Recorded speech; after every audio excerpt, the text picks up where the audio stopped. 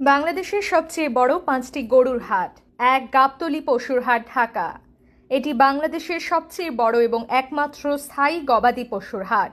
শুধু বাংলাদেশেই নয়, এটিকে সমগ্র এশিয়ার অন্যতম বৃহৎ পশুর হাট হিসেবে বিবেচনা করা হয়।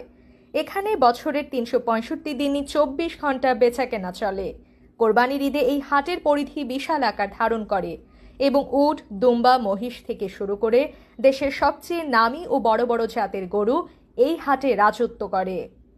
২, রাজশাহী সিটি হাট, রাজশাহী। উত্তরবঙ্গের সবচেয়ে বড় এবং দেশের অন্যতম প্রধান গরুর হাট এটি। প্রতি রবিবার ও বুধবার এই হাট বসে।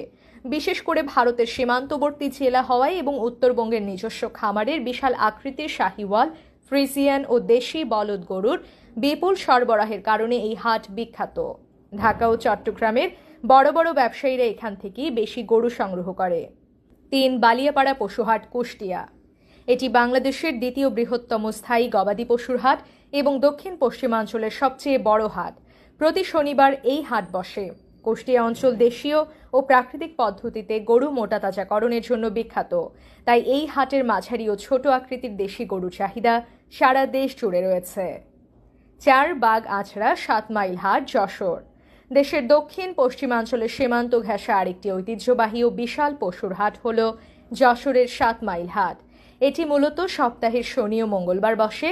এই হাটে কুষ্টিয়া, যশোর, সাতক্ষীরা সহ আশেপাশের অঞ্চলের হাজার হাজার খামারি পশু নিয়ে আসেন।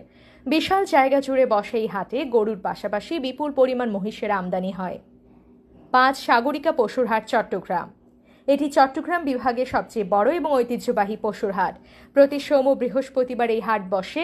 চট্টগ্রামের স্থানীয় ক্রেতাদের চাহিদা মেটানোর পাশাপাশি কোরবানির ঈদে এই হাটে দেশের বিভিন্ন প্রান্ত থেকে বড় বড় ট্রাক বোঝাই করে উন্নত জাতের গরু নিয়ে আসা হয়।